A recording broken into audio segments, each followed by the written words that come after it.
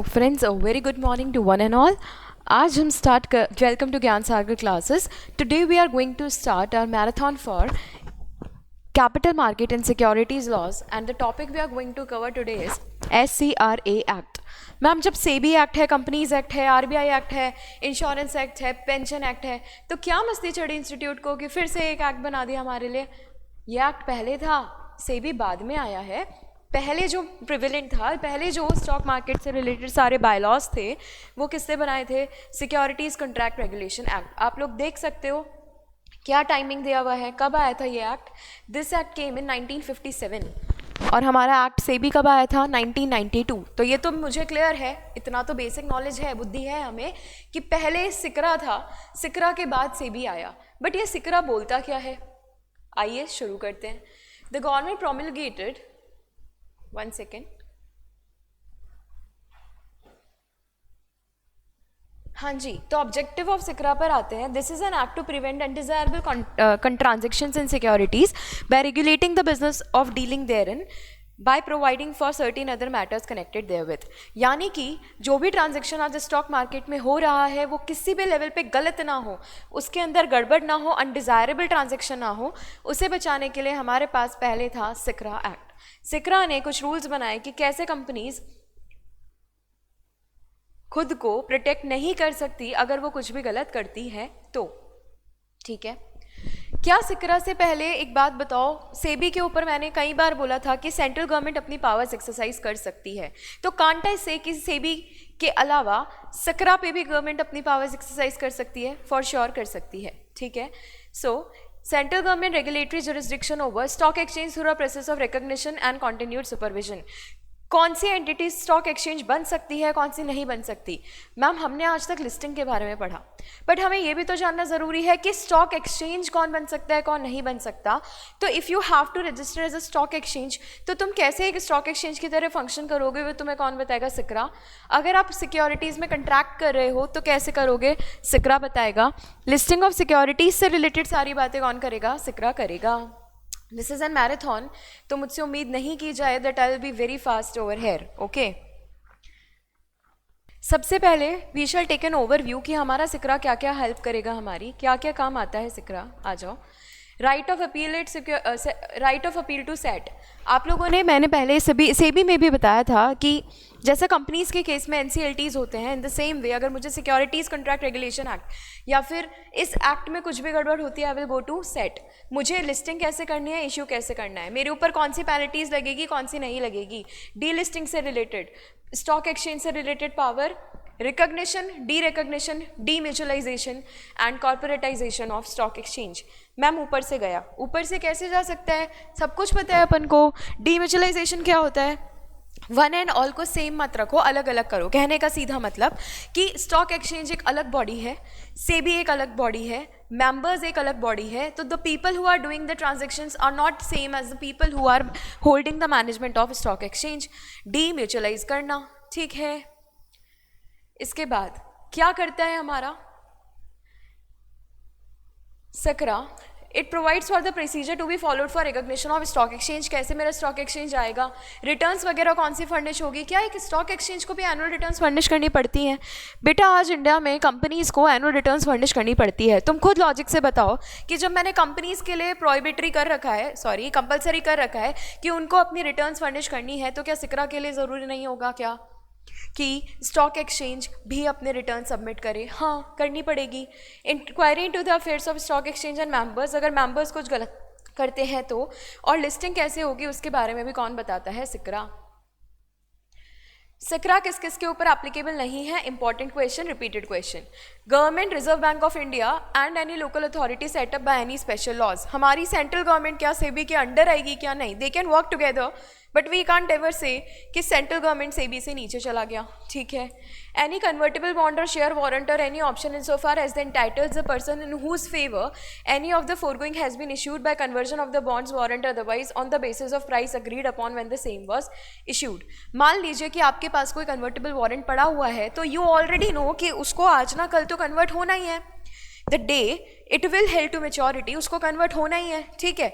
तो क्या उसके कन्वर्जन में भी सेबी का बोलबाला आएगा? क्या सिक्रा बीच में आके बोलेगा कि नहीं नहीं तुमने 25 के प्राइस पे क्यों डिसाइड किया, 30 पे कन्वर्ट करो ना? No, the price which has been agreed upon, वो इन्वेस्टर का राइट है कि उतना उसको मिलेगा ही मिलेगा। The central government, in the interest of trade and commerce, may specify any contracts to which the provisions contained shall not apply. अगर हमारी सेंट्रल गवर्नमेंट को लगता है कि एक कंपनी है जो लोगों का बहुत भला कर रही है और हमारे वहीं पे सेबी को या सकरा को लगता है कि वो कंपनी बेकार है, तो मैं सकरा की सुनूँ या सीजी की? I have to listen to SCRA only. क्या डेफिनेशंस काम की नहीं है? काम की तो है, but this is not the time to cover them. कुछ इंपॉर्टेंट आता है तो। अच्छा, डेरिवेटिव क्या होता है मैम, बताओ? डेरिवेटिव क्या होता है? डेरिवेटिव इंस्ट्रूमेंट्स क्या होते हैं? कल बारिश होगी तो मैं तुम्हें 10 लाख रुपए दूंगी, कल बारिश होगी तो मैं तुम्हें 10 लाख रुपए दूंगी, तुम्हें 10 लाख रुपए मिलेंगे, ये किस चीज़ पे डिपेंड कर रहा है? बारिश पे। यही है डेरिवेटिव। सट्टा खेला है मैम? कैसी बातें कर रहे हो, लीगल है इंडिया में? हो नहीं खेला, ठीक है, सट्टा नहीं खेला, लेकिन पता तो है क्या होता है। जब मेरी कोई भी रिजल्ट या मेरा कोई भी जब फ्यूचर का इवेंट पे डिपेंड कर रहा है ना रिजल्ट, तो वो क्या हो गया मेरा? डेरिवेटिव। मैम फ्यूचर ज़रूरी है क्या यहाँ पे? No, I am never saying कि फ्यूचर ही ज़रूरी है। कहने का सीधा सा मतलब है तुम्हें 10 लाख रुपए मिलेंगे या नहीं, किस पे डिपेंड किया? बारिश में। डेरिवेटिव में सिक्योरिटी की वैल्यू वो खुद डिराइव नहीं करता, किसी और पे डिपेंड होकर करता है। एग्जाम्पल, अगर कल रुपये बढ़ेगा तो मेरा ये शेयर भी बढ़ेगा, डॉलर गिरेगा तो मेरा शेयर बढ़ेगा। मुझे बताओ क्या ये डेरिवेटिव है? हाँ, क्योंकि हमारी वैल्यू कहाँ से डिराइव हो रही है? रुपये से एंड डॉलर से, ठीक है। इसके बाद स्टॉक एक्सचेंज से रिलेटेड सारे रूल्स और बायलॉज कौन बनाता है? सिक्रा, ओके। अगर सेंट्रल गवर्नमेंट की कोई कंडीशंस है जो यहाँ नहीं लिखी हुई है तो आप सिक्रा में बात करके उन्हें फॉलो कर सकते हैं। स्टॉक एक्सचेंज के मेंबर्स की क्वालिफिकेशन क्या रहेगी? कॉन्ट्रैक्ट्स कैसे होने वाले हैं? कितने मेंबर्स होंगे सेंट्रल गवर्नमेंट के? पढ़ के आए थे क्या? 1, 2, 1, 5, जिसमें से 3 होंगे whole time members appointed by the central government. ये भी कौन देखेगा? सिक्रा। क्या सारे अकाउंट्स और रिकॉर्ड्स को मेंटेन करने पड़ेगा? हाँ। क्या सेंट्रल गवर्नमेंट को अगर ऐसा लगता है कि इसको रिकॉग्निशन देके हमने करी गलती, इस स्टॉक एक्सचेंज को हमने रिकॉग्निशन देकर करे गलती, इसको तो हमें वापस उठाना चाहिए, तो क्या वो विड्रॉ भी कर सकता है? हाँ, कर सकता है। But the withdrawal shall not affect the validity of any contract made before. आज अगर कि तुम किसी स्टॉक एक्सचेंज को, तुम तो नहीं कर सकते, सेंट्रल गवर्नमेंट तो कर सकती ना। अगर आज सेंट्रल गवर्नमेंट किसी कॉन्ट्रैक्ट को कर देती है आउट, किसी कॉन्ट्रैक्ट को आउट कर देती है, तो हम मानते हैं कॉन्ट्रैक्ट नल एंड वॉइड है, ठीक है। यहाँ तो पूरा का पूरा stock exchange null and void हो रहा है। अब बताओ, अगर मेरा स्टॉक एक्सचेंज आज जाके उसको विड्रॉल करना पड़ा, तो क्या आज से पहले के किए हुए सारे ट्रांजेक्शन्स पे उसका राइट रहेगा क्या? हाँ, उससे पहले के किए हुए सारे ट्रांजेक्शन्स पे इसका राइट रहेगा। और कब सीजी को ऐसा लग सकता है? जब वो कॉर्पोरेटाइजेशन या डीम्यूचुअलाइजेशन को फॉलो नहीं करता। What is corporatisation? पहले क्या होता था, आज तुम्हारा जो स्टॉक एक्सचेंज है और जो सेबी है, दोनों क्या कॉर्पोरेट फॉर्म में है? हम पढ़ के आए थे कंपनी फॉर्म में ही है ना। उनका काम कैसे होता है? जैसे कि वो एक कंपनी है। इससे पहले ऐसा नहीं होता था, they were not in the company format. तो कॉर्पोरेटाइजेशन का मतलब तो क्या है कि उस एंटिटी को कॉर्पोरेट फॉर्म में कन्वर्ट करो, नहीं किया, या फिर डीम्यूचुअलाइज करो। तुम्हारे ट्रेडिंग राइट वाले मेंबर्स और तुम्हारे फंक्शनिंग वाले मेंबर्स दोनों अलग अलग होने चाहिए। अगर ऐसा नहीं हुआ तो भी तुम्हें विथड्रॉ के लिए बोला जा सकता है। Powers of the central government और क्या क्या कर सकती है? सीजी की पावर्स की बात कर लेते हैं। रिटर्न्स मंगा सकती है, रूल्स बना सकती है। अगर मान लीजिए स्टॉक एक्सचेंज गलत तरीके से फंक्शन कर रहा है तो क्या खुद के लोगों को उधर डाल सकती है? हाँ। क्या बिजनेस को सस्पेंड कर सकती है, कॉन्ट्रैक्ट्स को प्रोहिबिट कर सकती है? इम्यूनिटी कैसे? मैम हमें बॉर्नवीटा पिला के? नो। इम्यूनिटी कैसे ग्रांट करेगी सीजी? अगर तुम सीजी को लगता है कि तुम्हारे ऊपर कोई पेनल्टी सेबी या सकरा की लगी, फॉर एग्जांपल 10 लाख की लगी, बट सीजी को ऐसा लगता है कि तुम एक बहुत अच्छे इंसान हो और तुमने ज़िंदगी में कभी कुछ गलत नहीं किया, उस पेनल्टी को थोड़ा सा रिड्यूस करके वो 5 लाख पे ला सकती है। क्या डेलीगेट करने के फंक्शंस भी कर सकती है? हाँ। नेक्स्ट वन, क्या सेबी इन्फॉर्मेशन मंगा सकता है? हम पहले भी पढ़ के आए थे। हाँ। अगर सेबी ने इन्फॉर्मेशन मंगाई तो क्या हर मेंबर, हर डॉक्यूमेंट, हर डायरेक्टर, हर किसी का रोल आएगा, प्रमोटर वगैरह, कि आपको वो स्टॉक एक्सचेंज वाली इन्फॉर्मेशन देनी पड़ेगी? बिल्कुल। अगर आप पार्टनर, मैनेजर, सेक्रेटरी हैं, ऑफिसर हैं, कुछ भी रहे हैं, तो आपका ड्यूटी क्या होगा? जैसे आपसे इन्फॉर्मेशन मांगी गई वो दे देने की। मैम क्या रूल्स एक बार बन गए तो अमेंडमेंट हो सकता है? फॉर श्योर हो सकता है। सुपरसीड का मतलब क्या होता है? एनी डे सीजी को लगा कि तुम्हारे मेंबर्स ढंग से फंक्शन नहीं कर रहे हैं, या फिर पब्लिक इंटरेस्ट में काम नहीं कर रहे हैं, या फिर तुम्हें हमने नहीं हटाया पोजीशन से, तो तुम लोग तो गलत फ़ायदा उठा के भाग लोगे। इन दैट केस सीजी क्या कर सकता है? सुपरसीड कर सकता है, आप लोगों का पूरा मैनेजमेंट हटा के अपने फेवरेट कुछ लोगों को वहाँ पर बिठा सकता है और बोल सकता है कि अब आपसे हम आपका ऑफिस हुआ हमारा। प्रोहिबिट करने की पावर है क्या कॉन्ट्रैक्ट्स को? हाँ। रूल्स को डेलीगेट करने की पावर भी है क्या? हाँ।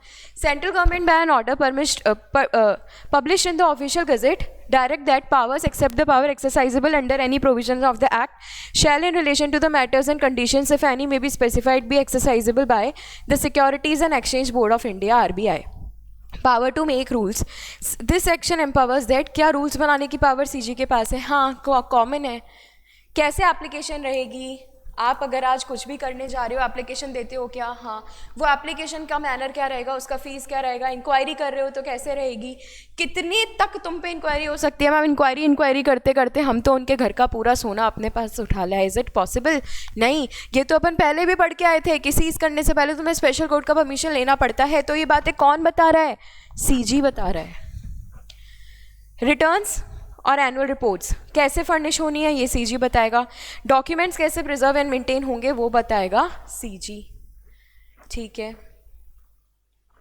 अपील कैसे फाइल करोगे? इंक्वायरी का असर रहेगा। सेट के पास तुम कब कब जा सकते हो, उससे रिलेटेड सारी बातें कौन बताएगा? CG. To make rules restricting the voting rights.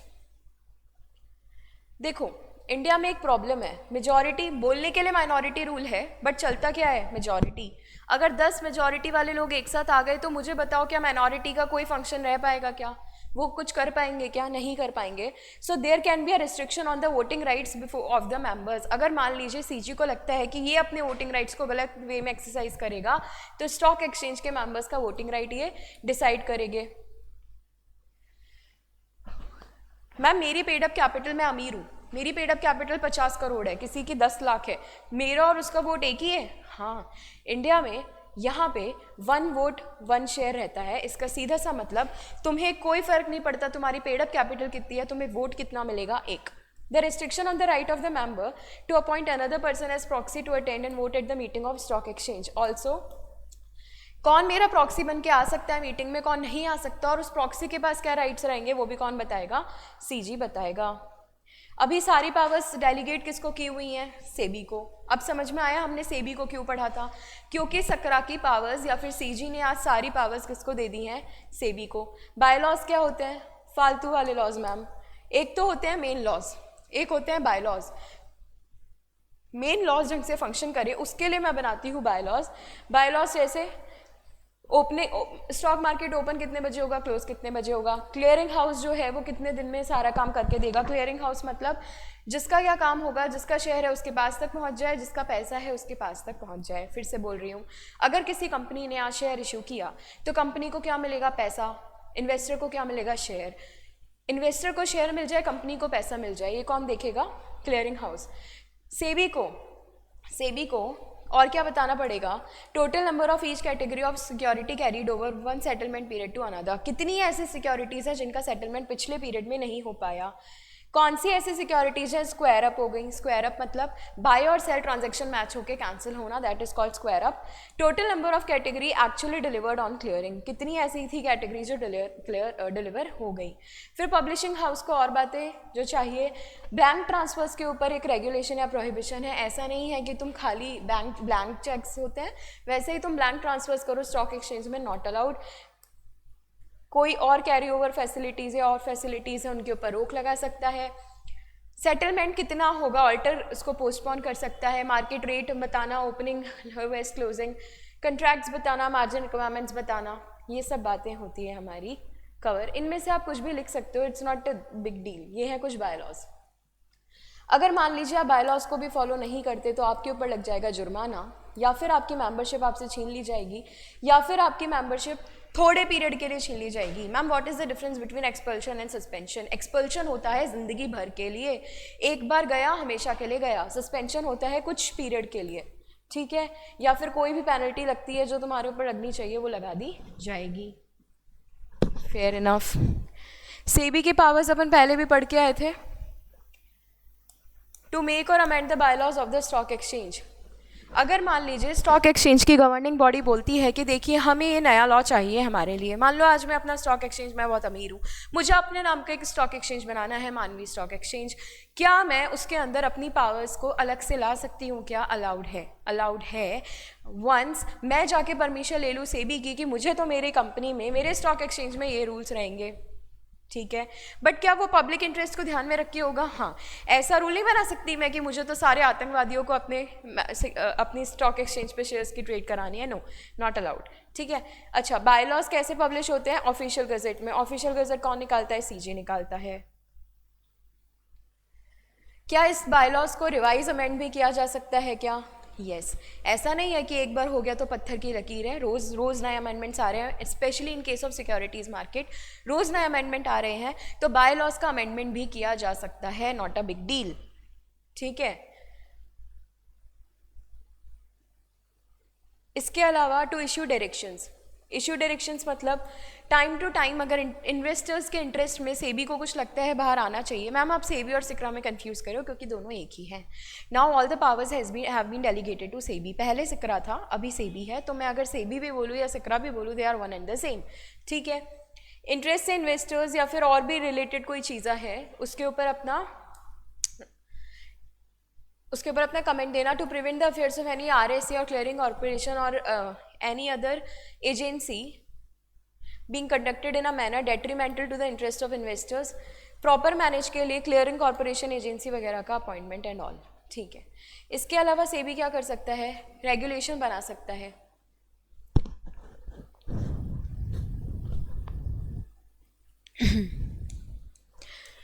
किससे related? The manner in which at least 51% of the equity share capital of the recognised stock exchange is held within 12 months from the date of publication of order to by the public other than the share holdings having trading rights. हमारा 51% share किन के पास रहना चाहिए? Share holders जिनके पास में voting right है, public share holders हैं।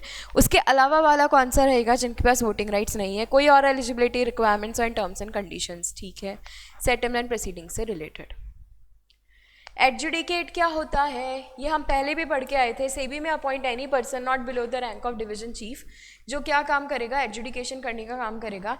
It means अगर मुझे ऐसा लगता है कि मैं बहुत अच्छा इंसान हूँ और मैं कोई गलती नहीं करूँगा तो आई कैन अप्लाई टू सिक्रा और सेबी। क्लियर है? पब्लिक इशू है लिस्टिंग ऑफ सिक्योरिटीज़, इससे रिलेटेड बायलॉज भी कौन बनाएगा? सिक्रा बनाएगा।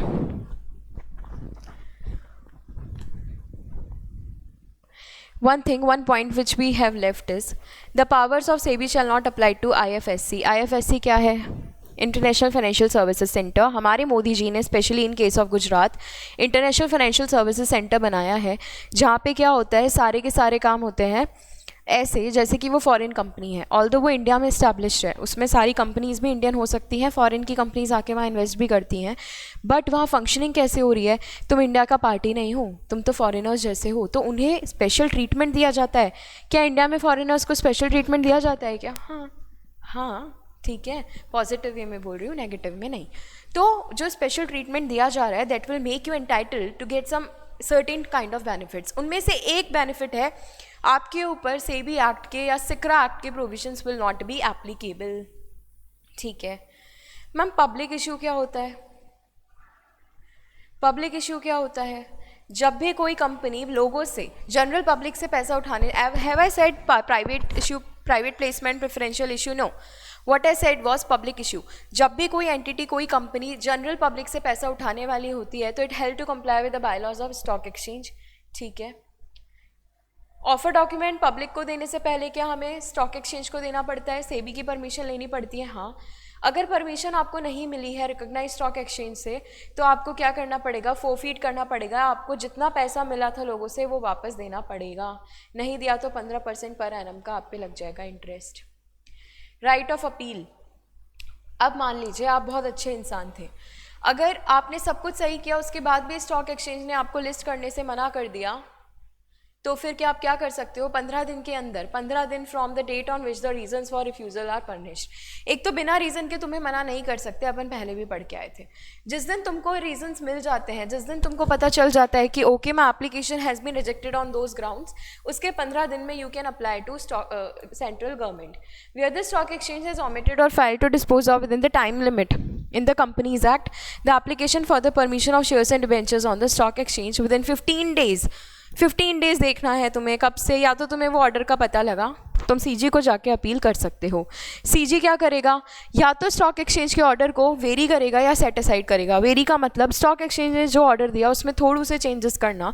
सेट असाइड का मतलब स्टॉक एक्सचेंज ने जो ऑर्डर दिया वो पूरी तरह डिसमिस कर देना।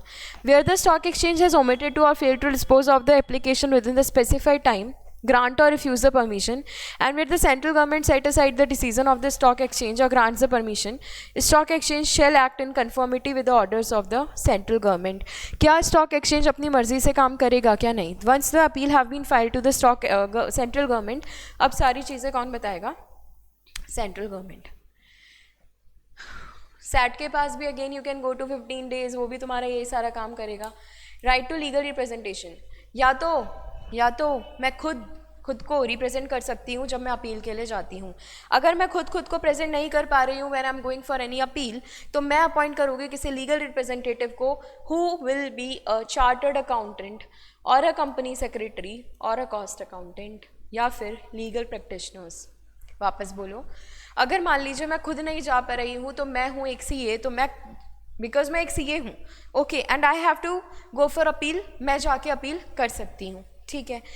इन केस मैं लेमैन हूँ, मुझे नहीं आता, तो I can appoint a CA, CS और सीएमए जो जाके खुद अपील कर सकता है हमारी बिहाफ पे। Appeal to central government 60 days के अंदर, 45 डेज़ में सेट के पास, देन 60 डेज़ में सीजी के पास, सुप्रीम कोर्ट के पास। कोई भी पर्सन जो ऊपर लिखी हुई चीज़ों में नहीं मानता, ठीक है, या फिर कॉन्ट्रावीन करता है प्रोविजन ऑफ द एक्ट, या फिर मैनेज कंट्रोल और assistant keeping any place other than that of a recognised stock exchange, यानी वहाँ के अलावा वो कहीं से कॉन्ट्रैक्ट में एंटर करता है, या फिर वो स्टॉक एक्सचेंज का मेंबर नहीं है, ना एजेंट है, ना कुछ है, फिर भी ऐसा बिहेव करता है कि वो स्टॉक एक्सचेंज का मेंबर है, या फिर वो डील करता है, एडवर्टाइज करता है, या फिर खुद दूसरों के या खुद के बिहाफ पे ऐसा करने की कोशिश करता है, या फिर कहीं और जहाँ पे बिड्स लगनी थी, तुमने बिडिंग का पता होगा कि अलग अलग जगह बिड्स लगती हैं, तो जहाँ बिड नहीं लगनी थी वहाँ जाके भी वो फंक्शन करके बिड लगवा देता है, तो he will be liable. Penalty कितनी रहेगी मैम? याद ही नहीं रहती। याद नहीं रहती तो समझाया था, अगर कुछ भी याद ना है तो क्या लिख कर आओगे? 1 लाख रुपए से लेके 1 करोड़ रुपए तक, this is the generalise penalty. इससे थोड़ा सा ज़्यादा याद रख सकते हो तो 1 लाख रुपए से 1 लाख रुपए पर डे से लेकर 1 करोड़ रुपए तक की पेनल्टी, यही पेनल्टी अपनी यहाँ भी लगने वाली है। अगर आप फर्निश करने में करते हो तो same penalty, books of accounts maintain नहीं करते हो तो फिर से पेनल्टी। ये सारी अपन कवर करके आ चुके हैं, penalties not a big deal, SEBI में ये कवर्ड था, ठीक है मैम। कौन सी पेनल्टी ज़रूरी है? स्टॉक ब्रोकर वाली पेनल्टीज आर कंपलसरी, जिसमें 3 तरह के होंगे, डिलीवरी कॉन्ट्रैक्ट वाले, और एक होगी इनसाइडर ट्रेडिंग की पेनल्टी, जिसको तुम्हें अच्छे से करना है। सेटलमेंट क्या होता है? Any person against whom any proceedings have been initiated or may be initiated under section may file an application in writing to SEBI proposing for the settlement of the proceedings initiated or to be initiated for the alleged defaults। कहने का मतलब है, कहने का साफ मतलब है, मान लीजिए आज आपके खिलाफ सेबी में केस हो गया, आप बोलते हो मैं तो साफ़ सुथरा इंसान हूँ, मैं बहुत अच्छा इंसान हूँ, ये मेरे साथ क्या कर दिया, तो सेबी को अगर ऐसा लगता है कि आप सच में बहुत अच्छे इंसान हो, 3 चीज़ें देखेंगे, नेचर, ग्रेविटी, इम्पैक्ट आपका, अरे नहीं, आपने जो गलती करी उसका, नेचर, ग्रेविटी, इम्पैक्ट देखने के बाद वो सेटलमेंट के लिए बोल सकता है। सेटलमेंट का मतलब 10 लाख की पेनल्टी लगी थी, उसको 4 लाख में सेटल कर देंगे। For the purpose of settlement under this section the procedure specified by SEBI under the SEBI act shall apply. No appeal shall lie against any order passed by the SEBI और the adjudicating officer. अगर आप ऐसा नहीं करते हो तो क्या होगा? रिकवरी ऑफिसर अपॉइंट करके भी आपसे पैसा वसूला जा सकता है। अगर मान लीजिए आप स्टॉक एक्सचेंज या सेबी के किसी भी ऑर्डर से अग्रीव्ड हैं तो आप जा सकते हैं सेट के पास। कितने दिन में जाओगे? 45 डेज़ में। क्या 45 डेज़ का एक्सटेंशन मिल सकता है? हाँ, अगर तुमने सेबी को लगता है कि 45 डेज़ वर नॉट इनफ, या फिर आप अपनी तरफ से गिल्टी नहीं थे, गलती से आपसे वो टाइम लैग जो हुआ है, तो आपको और 45 डेज़ का एक्सटेंशन मिल सकता है। यहाँ तक clear? Okay, the next part, अगर मान लीजिए आप या आप अगर अग्रीव्ड हैं either from the stock exchange और एडजुडिकेटिंग ऑफिसर और SEBI, you can appeal to within 45 days to SAT. SAT के पास में क्या है, after giving an opportunity of being heard it can confirm modify set aside. फिर से बोलो, confirm modify set aside. Confirm मतलब जिस अथॉरिटी से आप अपील लेकर आए थे वो अथॉरिटी अपने आप में सही थी। मॉडिफाई मतलब उनके ऑर्डर में कुछ तो गलती थी, उसको मॉडिफाई कर देंगे। एंड सेट असाइड का मतलब पहले वाली अथॉरिटी के ऑर्डर को कैंसिल करके अपना नया ऑर्डर सेंड कर देंगे। SAT to send a copy of every order to parties to appeal and adjudicating officer, every appeal filed before the set to be disposed of within a period of 6 months। हम set के पास जा रहे हैं, does it mean कि ज़िंदगी भर के लिए मैं जा सकती हूँ? नो, आपके पास एक पीरियड रहेगा 6 महीने का, यानी सेट अगर आप हैं तो आपको 6 महीने में डिस्पोज ऑफ करनी पड़ेगी अपील। देन ओके, ऑफेंसेस क्या होते हैं? क्राइम एक तरीके से, इफ एनी पर्सन कॉन्ट्रावीन्स और अटेम्प्ट्स टू कॉन्ट्रावीन और abets the contravention of provisions of this act और ऑफ एनी रूल्स और रेगुलेशंस और bylaws made there under for which no punishment has been provided, he shall be punishable with an imprisonment for a term which may extend to 10 years और with fine which may extend to 25 crore rupees और both. मान लीजिए आपको कुछ याद नहीं आ रहा है पेपर में, ना आपको कोई पेनल्टी याद आ रही है, ना ये याद हो रहा है कैसे क्या होता था, तो आपको 10 साल तक की जेल हो सकती है और 25 करोड़ तक का फाइन हो सकता है। ये आपको याद रह जाएगा, इतना लिख देना। If a person fails to pay the penalty imposed by the adjudicating officer, या फिर और कोई गलती आप करते हो तो आपको क्या होगा, 1 महीने से लेकर 10 साल तक की जेल और 25 करोड़ तक का फाइन हो सकता है। What R securities contract regulation rules? अगर आपको एक्ट को ढंग से चलाना है तो आपको बनाने पड़ेंगे कुछ रूल्स, तो they talk about the rules. यहाँ पे क्या आएगा, What is the procedure to be followed for recognition of stock exchange? Stock exchange एक बार आप बन चुके हो तो आपको करने पड़ेंगे रिटर्न्स फाइल। क्या आपके ऊपर इंक्वायरी भी लग सकती है? हाँ। एंड लिस्टिंग की क्या रिक्वायरमेंट्स है वो सब कौन बताएगा आपको? सिक्रा। अगर मान लीजिए आज आपको as a stock exchange register होना है, कुछ बातें आपके मेमोरेंडम और आर्टिकल ऑफ एसोसिएशन या ट्रस्ट डीड में लिखा होना चाहिए कि आप बनना चाहते हैं कि स्टॉक एक्सचेंज। आपके प्रोस्पेक्टस जो है वो सारे टाइम टू टाइम इश्यू होने चाहिए। Copies of offer for sale and circular advertisement जो है वो आपका टाइम टू टाइम आना चाहिए। बैलेंस शीट, ऑडिट अकाउंट्स पिछले 5 साल का या फिर जब से आप आए हैं तब तक का एक स्टेटमेंट आपको देना पड़ेगा। ये किसकी बात हो रही है? स्टॉक एक्सचेंज के ऊपर लिस्टिंग की बात हो रही है, डोंट गेट कंफ्यूज्ड। ये हो रही है स्टॉक एक्सचेंज पर लिस्टिंग की बात। हाँ जी, तो आपके मेमोरेंडम और आर्टिकल्स की कॉपी, आपके प्रोस्पेक्टस की कॉपी, आपके offer for sale, circular advertisement जिसके थ्रू आप पैसा इशू करना चाहते थे, रेज करना चाहते थे, आपके डिविडेंड कैश बोनस जो आपने पिछले 10 साल में दिए हैं, कंपनी को आए हुए 10 साल नहीं हुए मैम कहाँ से देंगे, तो 3 साल के दे देना, या फिर डिविडेंड इंटरेस्ट एरियर जो भी तुम्हारा अभी बचा हुआ है। इसके अलावा कोई भी certified copy promoters vendors agreement की, ब्रोकर सब ब्रोकर की, मैनेजिंग एजेंट सेक्रेटरीज यानी company secretaries, treasurer, selling agents, managing directors, इन सबके साथ किए हुए कॉन्ट्रैक्ट, जो भी letter, report, balance sheet, valuation, contract, court order या कोई भी डॉक्यूमेंट है वो भी दे देना। A statement containing particulars of dates and parties to all material contracts. Material contracts मतलब वो कॉन्ट्रैक्ट जो हमारे लिए कहीं ना कहीं वैल्यूएबल थे। वैल्यूएबल कैसे हो सकते हैं? अगर मैं एक छोटी कंपनी हूँ तो मेरे लिए 10 करोड़ भी वैल्यूएबल है, मैं बड़ी कंपनी हूँ तो मेरे लिए 100 करोड़ भी वैल्यूएबल नहीं है, ठीक है? तो तुम्हें लगता है वो मटेरियल कॉन्ट्रैक्ट से you have to disclose them.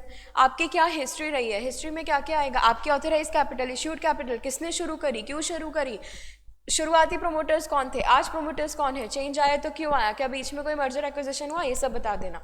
Shares और डिबेंचर्स तुमने प्रीमियम पर दिए या डिस्काउंट पर दिए, कैश के अलावा किसी में दिए वो बता देना। कमीशन ब्रोकरेज वगैरह आपने कितना दिया। इसके अलावा सेबी के साथ जो आपने ड्राफ्ट ऑफर डॉक्यूमेंट फाइल किया होगा उसकी कॉपी आपको यहाँ पे डिपॉजिट करनी पड़ेगी। कोई और एग्रीमेंट आपका आईएफएससी के साथ है, फोरफीटेड शेयर्स की कॉपी, आपके हाईएस्ट एंड शेयर होल्डर्स कौन है या शेयर्स और डिबेंचर्स कितने क्या हैं वो बता देना, ठीक है? इसके अलावा आपका ट्रांसफ़र का जो है कॉमन फॉर्म होना चाहिए। It shall not be biased one. ऐसा नहीं है कि किसी एक के साथ मैं कोई रूल अप्लाई करूँ दूसरे के साथ दूसरा rule. Fully paid up shares will be free from lien. Lien किस पे रहेगा? अनपेड अमाउंट पे। अगर तुम 10 रुपये का कॉल मनी था, तुम 8 रुपये मंगा चुके हो, अब अगर कोई लाइबिलिटी आती है तो सामने वाले से क्या वापस 10 रुपये मंगा लूँगी क्या मैं? नहीं। कितना लगेगा लाइबिलिटी? 2 रुपये। अगर एडवांस में मिला है तो क्या उस पैसे को यूज़ कर सकती हूँ लाइबिलिटी के लिए? नहीं। अनक्लेम्ड डिविडेंड का forfeiture is not allowed. Minimum offer मैं बचपन में पढ़ा था 25% होता है, एप्लीकेशन मनी का 25% इज़ माई मिनिमम ऑफर, या फिर कन्वर्टेबल इक्विटी शेयर्स वगैरह हैं तो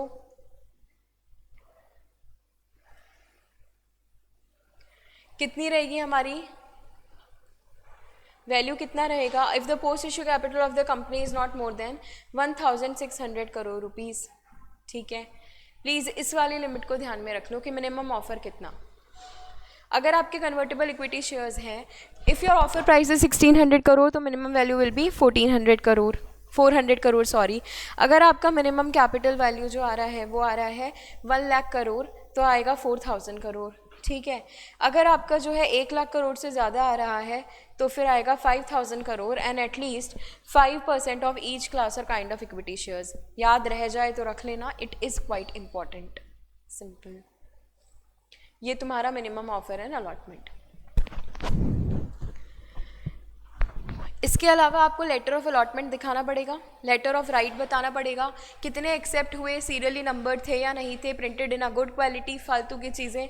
लेटर ऑफ अलॉटमेंट, अनाउंसेबल लेटर्स वगैरह वो सब बता देना, कितना पेमेंट ऑफ इंटरेस्ट होगा, कैसे होगा वो बता देना, क्या डिपॉजिट जो तुमने किया वो सही से किया या नहीं किया, अलॉटमेंट होने के बाद का क्या प्रोसीजर रहेगा, कंसोलिडेशन और रिन्यूअल सर्टिफिकेट्स वगैरह इशू करना, allotment letter of transfer, renewal, consolidation, subdivision and consolidation shares का हो रहा है तो क्लियरिंग हाउस को आपको उसकी कॉपी भेजनी पड़ेगी, कंपनी को देखना पड़ेगा क्या सर्टिफिकेट सही से इशू करें या नहीं करें एंड ऑल। कोई भी चेंज आता है स्टॉक एक्सचेंज के मैनेजमेंट में तो you have to notify. For example हो सकता है डेथ हो जाए, रेजिग्नेशन हो जाए या किसी और वैसे वो वैकेंसी हो जाए तो वो बता देना, कितने एमडी, कितने मैनेजर्स, कितने सेक्रेटरीज थे जो ऐसे छोड़ के गए वो बता देना, annual reports and audited accounts की कॉपी, ओके। उसके अलावा नोटिस इश्यूड सर्कुलर्स की कॉपी, ये सब चीज़ें, right issue, bonus issue, privilege, ये तुम्हें सब चीज़ें बतानी पड़ेंगी। कोई ऑल्टरेशन हो रहा है तो बता देना। अगर मान लीजिए आप कोई ऐसा कदम उठा रहे हो जिससे आपकी सिक्योरिटीज़ को कैंसिल किया जा सकता है, रिटायर किया जा सकता है, वो बातें डिस्क्लोज कर देना। अगर बहुत फालतू पॉइंट्स हैं over the disclosures, I really don't think I need to discuss them in the marathon.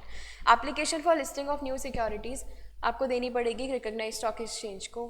Suspension या विड्रॉल कर सकता है, हम पहले भी पढ़ के आए थे। हाँ, मिनिमम सब्सक्रिप्शन कितना 25%, क्लियर है।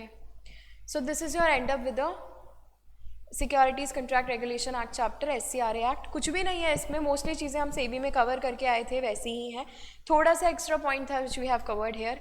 मोस्टली बातें क्या है कि क्या क्या डॉक्यूमेंट्स चाहिए, क्या क्या चाहिए जिसके बाद आप लिस्टिंग में आ सकते हो। Thank you. Hello friends, the chapter we are going to start is share based employee benefits and sweat equity regulations 2021। नाम से क्या समझ में आ रहा है? शेयर बेस्ड एम्प्लॉय बेनिफिट्स का क्या मतलब हुआ? हम एम्प्लॉयज़ को बेनिफिट देते हैं, किस रूप में देते हैं, क्या क्या देते हैं बताओ? हम देते हैं उनको सैलरी, उनको देते हैं रेम्यूनरेशन, कुछ उन्होंने एक्स्ट्रा किया तो उनको बोनस भी दे देते हैं, और हॉलीडे पैसेज मिलता है उनको, चिल्ड्रन एजुकेशन अलाउंस मिलता है, लीव ट्रैवल कंसेशंस मिलते हैं, ये सब चीज़ें मिलती हैं एक एम्प्लॉय को। CTC उसके बाद निकल के आती है, कॉस्ट टू कट जॉब, मतलब आप जब जॉब करने के लिए जाते हो तो कुछ एक्स्ट्रा इंसेंटिव्स भी आपको मिलते हैं। उन्हीं इंसेंटिव्स में से एक इंसेंटिव होता है शेयर बेस्ड पेमेंट्स या sweat equity. What is a share based payment? Share based payment क्यों है, क्यों आया, ये कॉन्सेप्ट समझने की कोशिश करते हैं।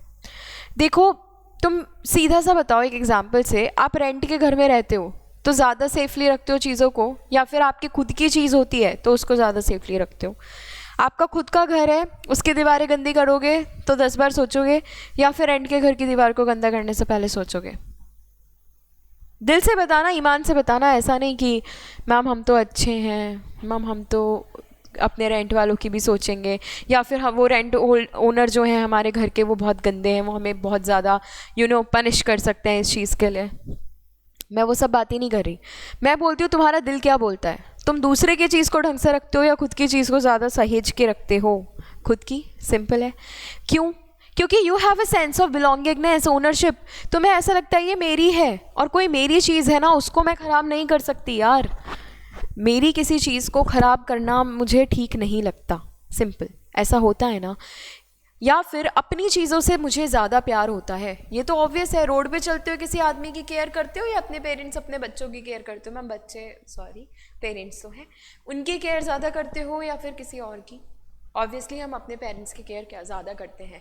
सिंपल सी साइकोलॉजी जो रहती है हम लोगों की वो ये रहती है कि किसी चीज़ पे अगर मेरा ओनरशिप है, कोई कहीं मेरा राइट है ना, तो उसको मैं ढंग से रखूँ। सोना खरीद के लाते हो, घर के बाहर रख देते हो, चोर आके चोरी करके ले जाए, ऐसा नहीं होता। हम उसे कहाँ रखते हैं? तिजोरी में। क्यों? क्योंकि हमें उसे सेफ रखना है।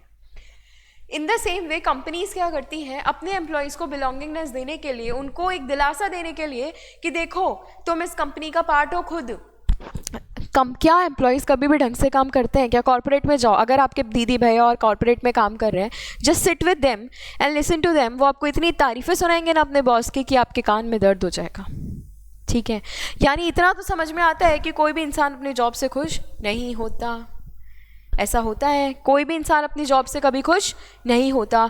तो अगर मैं अपनी जॉब से खुश नहीं हूँ तो क्या मैं उतने ढंग से काम कर पाऊँगी कंपनी में? शायद नहीं।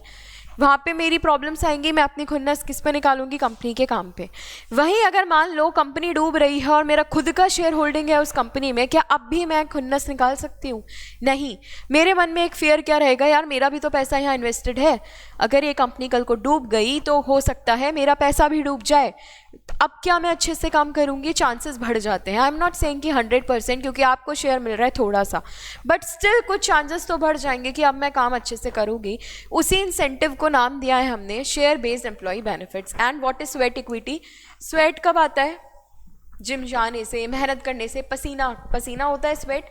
स्वेट इक्विटी का मतलब है अगर आप एक कंपनी में डायरेक्टर थे, प्रोमोटर थे, कुछ भी थे, और आपने किसी प्रोजेक्ट पे अपनी मेहनत लगाई, उस मेहनत से होने वाले गेन में अगर आप अपना हक मांगते हो तो उसको मैं बोलती हूँ sweat equity scheme.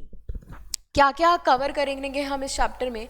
Employ stock option purchase scheme, stock appreciation right scheme, general employee benefit scheme, retirement benefit scheme. किस किस कंपनी पे ये एप्लीकेबल होगा? ऐसी हर कंपनी जो लिस्टेड है या फिर स्वेट इक्विटी को इश्यू करना चाहती है, उस पे ये लग जाएंगे प्रोविजंस।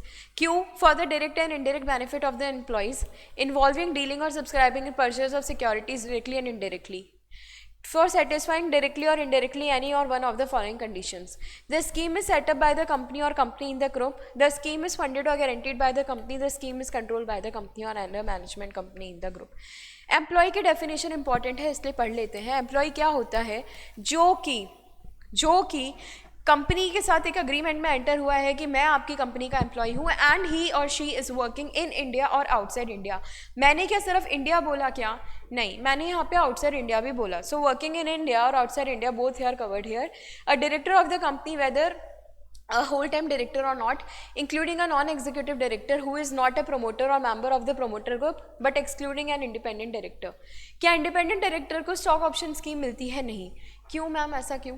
रीज़न है, सिंपल सा लॉजिक है। अगर इंडिपेंडेंट डायरेक्टर को भी मैंने अपनी कंपनी के स्टॉक दे दिए तो इंडिपेंडेंस कहाँ रही?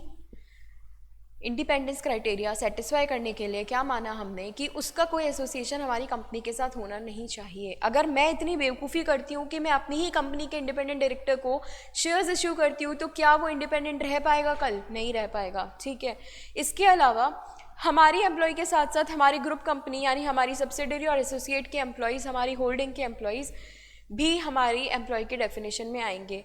लेकिन कौन नहीं आएगा? जो प्रमोटर है। क्यों? क्योंकि प्रमोटर वो पर्सन है जिसने कंपनी शुरू की थी, वहाँ पे भी इंटरेस्ट जो है वो हमारे आ जाएंगे। अ डायरेक्टर हु इधर हिमसेल्फ और थ्रू रिलेटिव और through body corporate holds more than 10% of the equity shares of the company. अगर आज मैं किसी कंपनी में 10% से ज़्यादा इक्विटी शेयर्स रखती हूँ तो मैं नॉर्मल एम्प्लॉय तो नहीं हूँ। ठीक है।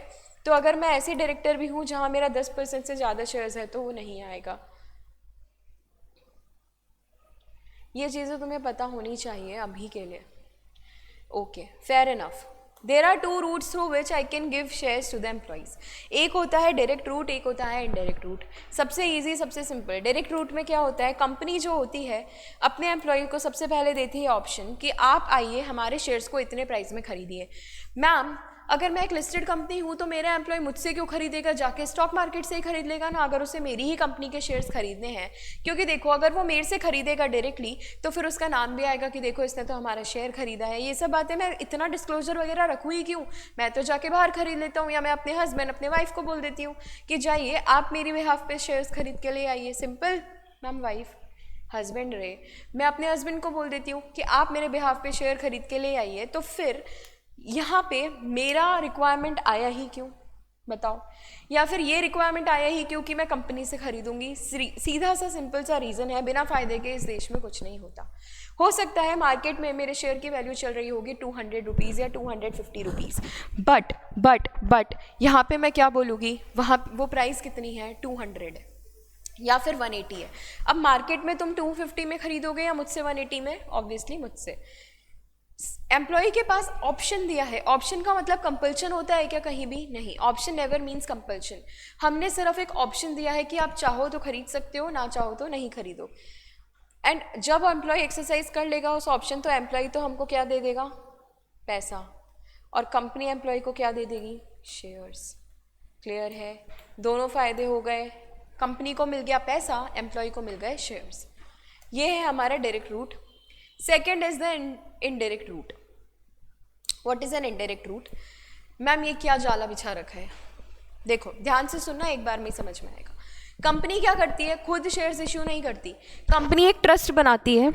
कंपनी क्या करती है, किसी ट्रस्ट को बनाती है। वो ट्रस्ट किस नाम से बनेगा कि आपको हमारे लिए एम्प्लॉय स्टॉक ऑप्शन शेयर्स या जो भी है वो इश्यू करना है। अब वो ट्रस्ट बोलेगा कि मैम हम ऐसा क्यों करें, सिंपल, हमें क्या ही पड़ी है। ट्रस्ट को कंपनी खुद पैसा देती है कि जाओ मेरे शेयर्स को मार्केट में निकालो। कंपनी जो है ट्रस्ट को लोन देती है इस चीज़ के लिए कि आप हमारे शेयर्स को बिकवाओ मार्केट में। अब लोग क्या कर रहे हैं, डायरेक्ट रूट का मतलब क्या, कंपनी से डायरेक्टली आके बात हो रही है क्या, नहीं। कंपनी ने एक ट्रस्ट को अपॉइंट कर रखा है जो एम्प्लॉय बेनिफिट से रिलेटेड सारे काम देखेगा। आज किसी एम्प्लॉय को शेयर चाहिए तो वो क्या करेगा, कंपनी के पास जाएगा या ट्रस्ट के पास जाएगा। ईजी सा सिंपल सी बात है, वो ट्रस्ट के पास जाएगा और अपने शेयर्स लेके आ जाएगा। ठीक है, क्लियर है।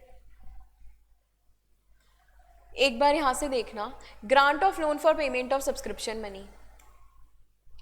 सबसे पहले कंपनी ने क्या किया, एक ट्रस्ट को अपॉइंट किया। ट्रस्ट को भी तो शेयर्स देने पड़ेंगे ना, तो कंपनी क्या करेगी, ट्रस्ट को लोन देगी जिससे वो शेयर्स खरीदेगा कंपनी के। सब्सक्रिप्शन मनी तो देना पड़ेगा, शेयर्स इश्यू करने हैं तो। ठीक है, नंबर 2, इसके बाद कंपनी एम्प्लॉय को इश्यू कर सकती है डायरेक्ट शेयर्स या ऑप्शंस। एम्प्लॉय करेगा एक्सरसाइज ऑप्शंस को, यानी आप ट्रस्ट दे रहा है ऑप्शन या कंपनी दे रही है, ट्रस्ट जाके कंपनी को ऑप्शन दे रहा है कि हमारी कंपनी ने एम्प्लॉय स्टॉक ऑप्शन स्कीम निकाली है, आप चाहो तो इन्वेस्ट करो, आप चाहो तो मत करो। कि अगर कोई एम्प्लॉय इस ऑप्शन को एक्सरसाइज करता है तो उसको क्या मिल जाएंगे, कंपनी के शेयर्स।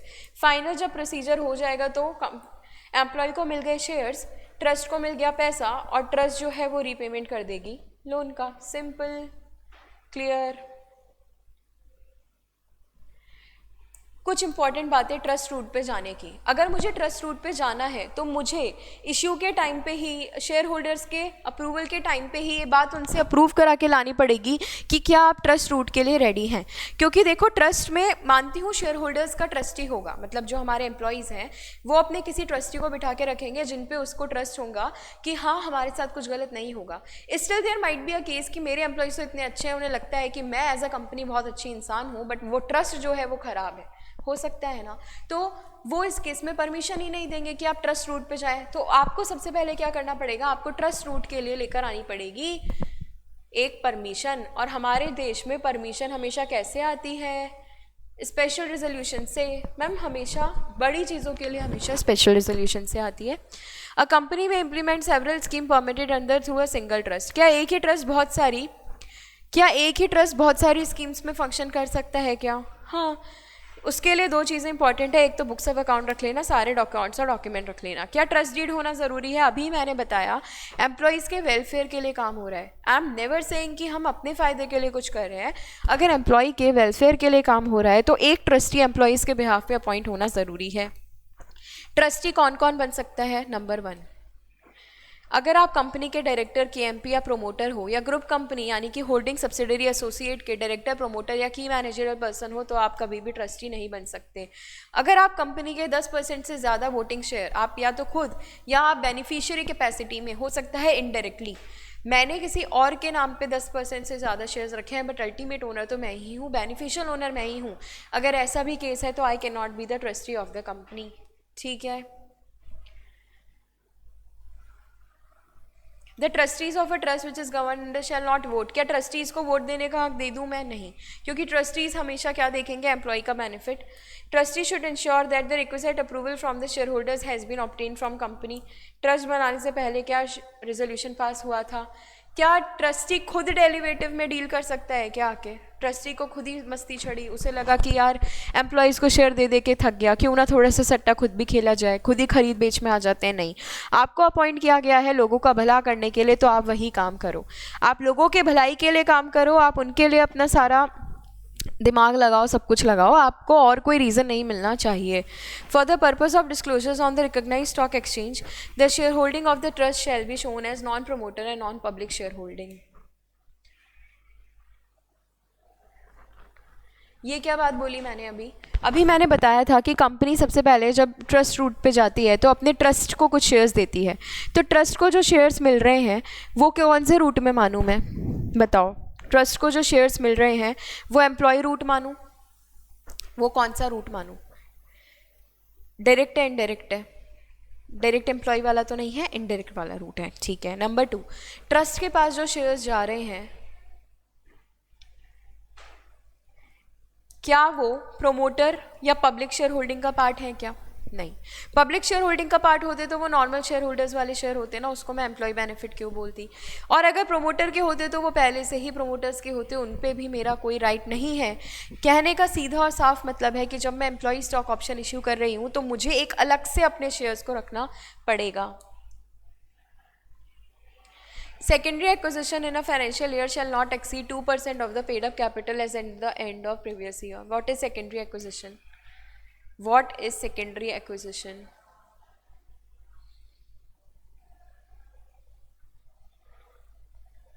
जब कंपनी का जो ट्रस्ट है वो कंपनी की जगह मार्केट से शेयर्स उठाता है कंपनी की परमिशन से, वो है secondary acquisition. In any case the secondary acquisition shall not exceed कितना? 2%। This is not a big deal, याद रख लेना। 525% है ऊपर लिखे हुए सारे रेगुलेशन का। ट्रस्ट को क्या करना है? 6 महीने तक तो आपको रखना ही पड़ेगा। अगर आप सेकेंडरी एक्विजिशन रूट से गए हो, कंपनी रूट से नहीं गए हो, ठीक है, आप ट्रस्ट से हो, आपने क्या किया? कंपनी की जगह अगर मार्केट से शेयर खरीदा है तो मिनिमम लॉक इन कितना है तुम्हारा? 6 महीना। आप ऑफ मार्केट ट्रांसफ़र कब कर सकते हो? क्योंकि आपको एम्प्लॉयज़ के लिए बनाया गया था तो आप एम्प्लॉयज़ को कर सकते हो, या फिर आप कोई कंपनी का टेक ओवर हो रहा है। देखो, 2 ही सर्कमस्टांस है, ट्रस्ट के पास 2 ही ऑप्शंस हैं, या तो क्या कि वो अपने एम्प्लॉयज़ को शेयर ट्रांसफ़र कर दे, सिंपल है, क्योंकि आपको बनाया ही इसलिए गया था।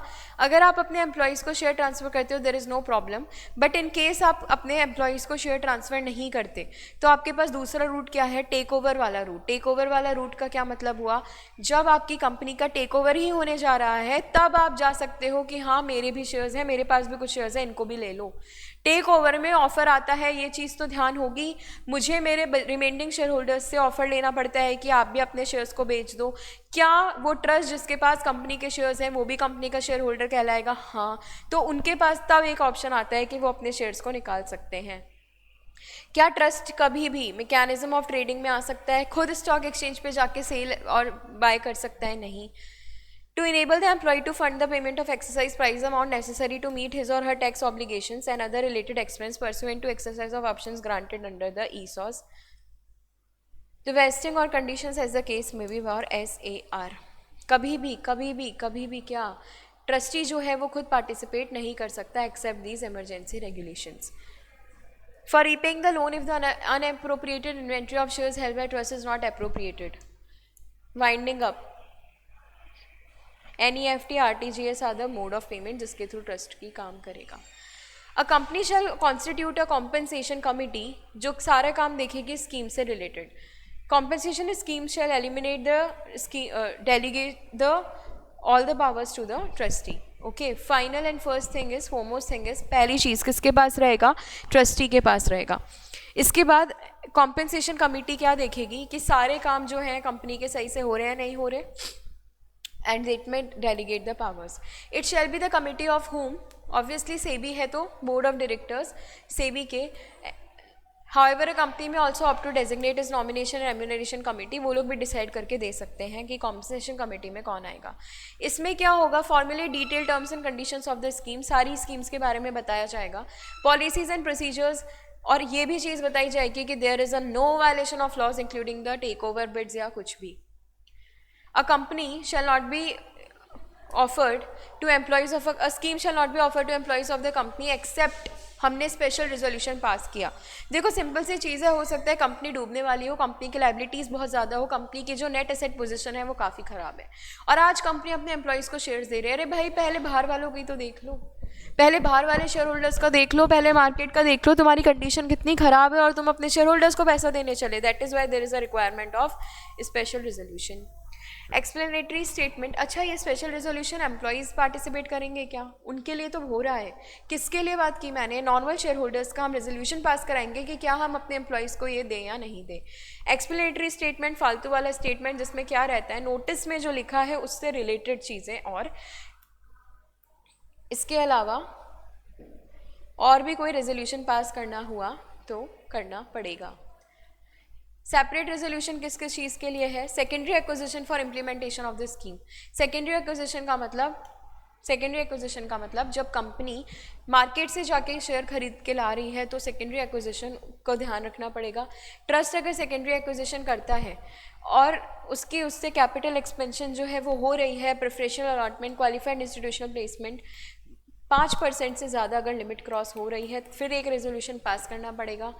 अगर आप सार इशू कर रहे हो, व्हाट इज सार? Share appreciation right. समझाती हूँ, मान लो आपके शेयर की कीमत 100 रुपये थी, आज 150 रुपये हो गई। Can you tell me appreciation है या डेप्रिसिएशन है? 100 की चीज़ अगर 150 की हो गई तो ये एप्रिसिएशन है या डेप्रिसिएशन है? एप्रिसिएशन है। कितने का? 50 का। अब ये जो 50 का एप्रिसिएशन है ना, ये जो 50 का एप्रिसिएशन है, इसको मैं क्या बोलूँगी? शेयर एप्रिसिएशन, ठीक है। इसके ऊपर जब मैं अपने एम्प्लॉय को राइट दूँ, कहने का मतलब देखिए, आप जब इस कंपनी में नए नए आए थे तो शेयर की वैल्यू 100 रुपये चल रही थी, आज हमारा शेयर 150 का हो गया, आज हमारा शेयर 200 का हो गया, हम बहुत खुश हैं, और उस खुशी में हम आपको कुछ शेयर इश्यू करना चाहते हैं तो वो यहाँ पे आएगा। Grant of options or shares or benefits as the case may be to identified employees during 1 year or equal to 1% of the issued capital, यहाँ पे आएगा। Variation of terms of scheme, special resolution ही pass करके आप terms को very कर सकते हो। सिंपल सी चीज़ है, जब तुम पहली बार स्टॉक स्कीम लेकर आ रहे थे तो ध्यान से लानी चाहिए थी। अब तुम लेकर आ चुके हो और तुम्हें लगता है कि नहीं मुझे तो ये चेंज चाहिए, वो चेंज चाहिए, जो भी चेंज चाहिए, अब तुम्हें क्या करना पड़ेगा? उसके लिए एसआर पास करना पड़ेगा। A company shall be entitled to vary the terms of scheme to meet any regulatory. अगर मान लीजिए सेबी ने मुझ पे ये गाइडलाइन लगा दी कि मुझे अपनी स्कीम में कुछ अमेंडमेंट्स करने हैं, कि is it possible for me to pass the special resolution each and every time? नहीं, क्योंकि मेरे ऊपर सेबी की रेगुलेशन ज़्यादा इंपॉर्टेंट है। सेबी का रेगुलेटरी रिक्वायरमेंट है that I should alter my scheme, in that case I don't have to pass a special resolution. The provisions of the regulations of these regulation shall apply to variation of the terms as they may apply to original grant of option. The notice for passing a special resolution for variation shall disclose full details of the variation, the rationale and the details of employees जिनको who are beneficiaries. A company may reprice the options are or shares as the case may be which are not exercised. ठीक है। Winding up कब होगा scheme का?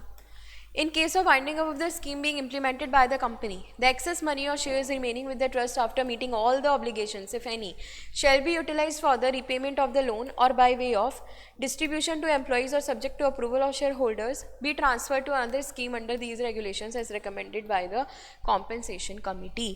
कहने का सीधा सा मतलब है, आप आज ढंग से स्कीम चलाते तो सब कुछ अच्छा होता, बट इन केस आपकी जो स्कीम है वो नहीं रन कर पाई due to any of the reason, आपकी स्कीम अगर ढंग से काम नहीं कर पाई, in that case what option you have is, आपको उस पैसे का क्या करना है, या तो आप जो आपने लोन उठाएगा उसको रीपेमेंट करने को ले लो, या फिर अपने एम्प्लॉयज़ को किसी और वे में डिस्ट्रीब्यूट कर दो, या अपने शेयर होल्डर्स को डिस्ट्रीब्यूट कर दो। कैसे? जो भी आपने कॉम्पेंसेशन कमिटी एम्प्लॉय की थी वो जैसा आपको ऑप्शन देते हैं, you can choose any of the 3। क्या ट्रांसफ़र किया जा सकता है क्या? नहीं। मान लीजिए एम्प्लॉय ने बोला मैं तो नहीं, ये मेरा दोस्त ये बहुत अच्छा है, ये मेरे आपके शेयर्स लेगा, मैं नहीं ले सकता, मेरे पास पैसा नहीं है, या मान लो कि मुझे तो इतना भी नहीं चाहिए, अभी मुझे ये ओनरशिप समझ नहीं आती, ये मेरा दोस्त बहुत अच्छा स्टॉक मार्केट में कर रहा है, can I transfer my shares? The answer is no. The options are or any benefit granted to the employee shall not be pledged, hypothecated, mortgaged or otherwise alienated in any other manner. क्या pledge, hypothecation ये सब करना allowed है क्या? No. In the event of death of the employee where in employment, the SAR or any other benefit granted through his death shall vest from the date of his or her death in the legal hires or nominees. Ma'am but अगर मान लीजिए death ही हो जाए employ की in the due course of employment, या फिर उसने एक बार वेस्टिंग पीरियड या वेस्ट कर लिया ऑप्शन को, अब क्या लीगल हायर को दिया जा सकता है? The answer is yes. अगर आपका जो एम्प्लॉय है उसको कोई बीमारी हो गई due to which he becomes permanently incapacitated while in employment, all the options or or any other benefit shall be vested or to him or her on that day. कहने का सीधा मतलब देखो, तुम एक एम्प्लॉय हो, तुमने ऑप्शन को एक्सरसाइज किया, in the due course of employment चलते चलते आपका हुआ एक्सीडेंट, वो भी कंपनी के ही कारण, आप किसी फैक्ट्री में लगे हुए थे कंपनी की, वहाँ आपका एक्सीडेंट हुआ और आपकी बॉडी जो है वो पूरी तरह इनकैपेबल हो चुकी है, you are not able to work any more कहीं और भी, क्योंकि आपकी जो कैपेसिटी है, आपके मान लीजिए पैर टूट गए, हाथ टूट गए और वो भी परमानेंटली डिसलोकेट, मैंने टूटना भी नहीं बोला, डिसलोकेट हो गए पूरी तरह, तो अब क्या आप किसी और जगह भी काम करने लायक बचे? नो, क्योंकि हमारा तो हो चुका accident. In that case what will happen is, आपकी कंपनी के, आपकी जो लोग हैं ना कंपनी के, वो क्या करेंगे, आपका उसी दिन the day you get permanently incapacitated to work anywhere, आपके जो वो ऑप्शंस हैं, चाहे तुमने 3 साल के लिए भी लिए हो, वो आज के आज वेस्ट हो जाएंगे. In the event of resignation or termination of the employee, all the options or other benefits which are granted on that day shall expire. Listing क्या होता है? In case of the existing shares are listed, the following conditions are need to be fulfilled. Scheme जो है वो resolution के हिसाब से, regulation के हिसाब से होनी चाहिए. सेबी को आपने स्टेटमेंट फाइल कर दिया है कि भाई हम स्टॉक ऑप्शन लेकर आना चाह रहे हैं, फिर आपने स्टॉक एक्सचेंज से भी परमिशन ले ली है. क्या ऐसी कोई स्कीम से पहले I need an certificate from the auditor? Yes. In case of every company which has passed a resolution for the scheme under these regulations, the board of directors shall each general meeting place before the share holders a certificate from the secretarial auditors of the company that the scheme has been implemented in accordance with the regulations and accordance with the resolution of the company in the general meeting. आपको पहले अपने secretarial auditors से भी लेकर आना पड़ेगा क्या? एक सर्टिफिकेट कि सारा काम जो हो रहा है वो as per the rules and regulations हो रहा है, अच्छे से हो रहा है. अभी हम आगे कंटिन्यू करते हैं and we'll talk about how to implement the scheme. What I said is how to implement the scheme. अगर आज मैं employee stock option scheme implement करना चाहती हूँ तो what will be the way in which I will implement the scheme. देखो अभी तक हमने क्या पढ़ा, अभी तक क्या देखा कि हाँ कंपनी जो है अपने एम्प्लॉयज़ को एम्प्लॉय बेनिफिट स्कीम देती है. द नेक्स्ट थिंग, उस स्कीम को बनाने का तरीका क्या रहेगा वो पूरा हम यहाँ से कवर करेंगे. The topic will be called as the administration of the specific scheme. So let's start. Administration and implementation. An ESOP shall contain the details and manner in which the scheme will be implemented and operated. ESOP shall not be offered unless the disclosures has been specified in SEBI are made by the company. क्या बिना disclosures के ESOP issue कर दूँ या ESOP issue कर दूँ? नहीं. Pricing. The company granting options to the employees pursuant to ESOP shall be free to determine the excess price subject to conforming to the accounting policies. ऐसा नहीं है कि 200 रुपये का शेयर 2 रुपये में निकाल दिया मैंने, ठीक है. Vesting period. There shall be a minimum vesting period of 1 year. Please remember employee stock option scheme में कितना है? 1 year. The company may specify the lock in period for the shares pursuant to the exercise of option rights of the option holder. And employee shall not have an right to receive any dividend or vote in any manner and enjoy the benefits of share holder in respect of option granted till the shares are issued on the exercise of the option. आप exercise करने से पहले कोई भी right को use नहीं कर सकते. An employee shall not have a right to receive any dividend or vote in any manner or enjoy the benefits of shareholder in respect of option granted till the date he exercises the option. क्या बोला मैंने? सीधा सा मतलब है, अगर मान लीजिए आप एक एम्प्लॉई हैं, क्लियर, अगर आप एक एम्प्लॉई हैं और आपको अभी तक सिर्फ ऑप्शन मिला हुआ है, you are never using the option or you are not using the option, you have not exercise the option, क्या अब भी जो मिलने वाला डिविडेंड है वो आपको मिल पाएगा क्या? सीधी बात, सिंपल सी बात, नहीं मिल पाएगा। जब तक कि तुम इसको एक्सरसाइज नहीं करते, तुम प्रॉपर शेयर होल्डर नहीं बन जाते, आपको कोई भी यहाँ पे राइट नहीं मिलेगा। Consequence of failure, the amount of paid by the company at the time of grant vesting वगैरह। अब आपका क्या होगा, forfeited by the company if the option is not exercise within the exercise period. मान लीजिए आपने थोड़ा सा एप्लीकेशन मनी जमा करा दिया था कंपनी को ये बोल के कि you will exercise the option, और एंड में तुम पीछे हट गए, एंड में तुमने बोल दिया नहीं नहीं मुझे तो नहीं करना। इन दैट केस जो पैसा तुमने दिया था उसका हो जाएगा फोरफीचर। या फिर मान लीजिए ईसॉस की कंडीशंस कंपनी की साइड से पूरी नहीं हुई, क्या अभी भी एम्प्लॉय की गलती मान के उनका पैसा फोरफीट कर सकती हूँ मैं? The answer is no. अगर गलती कंपनी की थी तो यहाँ पे होगा रिफंड, आपको आपका पैसा मिल जाएगा वापस। आपने जो स्कीम निकाली है इसके अंदर डिटेल्स रहेगी कैसे आपकी स्कीम इंप्लीमेंट एंड ऑपरेट करेगी। A company may determine the price of shares to be issued under ESPS provided they conform to the provisions of accounting policies under the regulations. Shares issued under ESPS shall be locked for a minimum period of 1 year, हमने पहले cover किया था।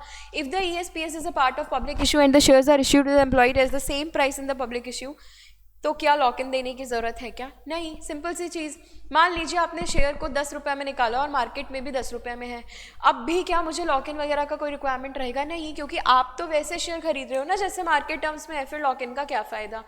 अच्छा ma'am lock in की condition से क्यों लगाई? Simple सी चीज़, अगर तुम्हें मैं लॉक इन की कंडीशन नहीं लगाऊंगी तो तुम शेयर के साथ क्या करोगे? जैसा तुम नॉर्मली किसी भी शेयर के साथ करते हो वही करोगे। यहाँ पे मैं ऐसा नहीं चाहती। आप अगर कंपनी के शेयर होल्डर बन रहे हो, आप एम्प्लॉय तो हो ही, आप कंपनी के शेयर होल्डर भी बन रहे हो तो थोड़े पीरियड तक तो रखो, लगना तो चाहिए तुमने खरीदा है शेयर। ये थोड़ी है तुम्हें ट्रेडिंग करने के लिए मैंने शेयर बेचा था इसलिए। स्टॉक एप्रिसिएशन स्कीम, आपका जो स्टॉक एप्रिसिएशन राइट स्कीम है इसके अंदर सारी डिटेल्स रहेंगी कैसे आपकी स्कीम इंप्लीमेंट हो रही है और ऑपरेट हो रही है। A company shall have the freedom to implement cash settled और equity settled SAR scheme. Ma'am cash settled equity settled समझाती हूँ। आपके पास दो ऑप्शन रहेंगे, either the company can issue cash settled scheme और इक्विटी सेटल्ड स्कीम। कहने का मतलब या तो तुम कैश ले जाना, अगर तुम्हें जो बेनिफिट मिलने वाला है ना वो बेनिफिट या तो कैश में रहेगा, समझो मैंने क्या बोला था, शेयर का प्राइस 100 से 150 से 200 से 250 हो गया, क्लियर है? शेयर का प्राइस इस रेशियो में बढ़ा। अब मेरे को 100 से 250 में कितने का बेनिफिट है? 150 का। कंपनी तुम्हें दो ऑप्शन दे रही है कि 150 either you can take in cash or you can take in equity. आप इतने रुपीज़ के इक्विटी शेयर्स हमसे खरीद लो या फिर आपको कैश ऑप्शन से एक्सरसाइज करना है तो कैश ले जाओ, ठीक है? तो हम अभी के लिए इस चैप्टर में इक्विटी बेस्ड ही बात कर रहे हैं। क्यों? क्योंकि हमें यही तो चाहिए कि हमारे एम्प्लॉयज़ ने हमारी कंपनी का इक्विटी लिया, तो हम अभी कैश की बात कर रहे हैं। क्या सेबी के डिस्क्लोजर्स दिए बिना सार इशू का हो सकता है? नहीं। What will be the maturity period? 1 year. Rights क्या रहेगा? इनको तब तक कोई राइट नहीं मिलेगा डिविडेंड वगैरह का जब तक ये स्कीम को एक्सरसाइज नहीं कर लेते। जनरल एम्प्लॉय बेनिफिट स्कीम कैसे रहेगी वो स्कीम में लिखा रहेगा। Shares of the company or the shares of the listed holding company shall not exceed 10% of the book value or market value of fair value of the total assets of the scheme appearing in the latest balance sheet। आपके shares कितने हो सकते हैं total? General employment benefit scheme वाले shares आपके total share holding का 10% हो सकते हैं। सेक्रेटेरियल ऑडिटर को कंप्लायंसेस को करना पड़ेगा रिपोर्ट। रिटायरमेंट बेनिफिट स्कीम क्या होते हैं? रिटायरमेंट बेनिफिट स्कीम्स होते हैं जो कि आप कंपनी को जा चुके हो छोड़ के, क्योंकि आप हो चुके हो रिटायर, बट उसके बाद भी अगर आपको बेनिफिट्स पहुंचाने हैं तो company will use the retirement benefit scheme. Okay, retirement benefit scheme में B implemented by a company subject to compliance with these regulations and provisions of any other law in force। The retirement benefit scheme shall contain all the details of the benefits जो मिलने वाले हैं। Shares कितने रहेंगे? 10% again, और secretarial auditor की report हमें यहाँ पे भी चाहिए। स्वेट इक्विटी स्कीम क्यों आया ये? Sweat equity are such equity shares which are issued by the company to the directors or employees at a discount of a consideration other than cash for providing their know how or making available rights in the nature of intellectual property rights or value addition whatever name called. अभी मैंने पहले बताया था, अगर कोई कमाई मुझे अपने डायरेक्टर के कारण हुई है, मानो मेरी कंपनी में डायरेक्टर था जो कि IIT पास आउट है, एक डायरेक्टर था जो चार्टर्ड अकाउंटेंट है, एक डायरेक्टर कंपनी सेक्रेटरी है, एक डायरेक्टर IIM पास आउट बंदा है। 4 डायरेक्टर्स, 4 बड़े बड़े दिग्गज लोग, ये चारों एक प्रोजेक्ट में लगे और इन्होंने कुछ ऐसी चीज़ इन्वेंट करी जिससे मेरी कंपनी को 2000 करोड़ का प्रॉफिट हुआ। या तो मैं क्या करूँगी, उस 2000 करोड़ का कुछ परसेंटेज डायरेक्टली इन लोगों को दे दूंगी और कहूँगी कि लीजिए आपकी मेहनत की कमाई, या फिर हो सकता है दूसरी चीज़ मैं क्या करूँ, उन्हें और खुश रखने के लिए कि एक तरफ मैं कैश दूंगी तो शायद उतनी खुशी ना मिले, उन्हें मैं स्वेट इक्विटी शेयर्स इशू करूंगी और बोलूंगी कि क्योंकि देखो आपने खून पसीने की कमाई, आपने जो मेहनत मेरी कंपनी के लिए की थी जिसकी वजह से मुझे प्रॉफिट हुआ है, उसका सारा फ़ायदा आपका होगा, उसे मैं बोलूँगी sweat equity shares.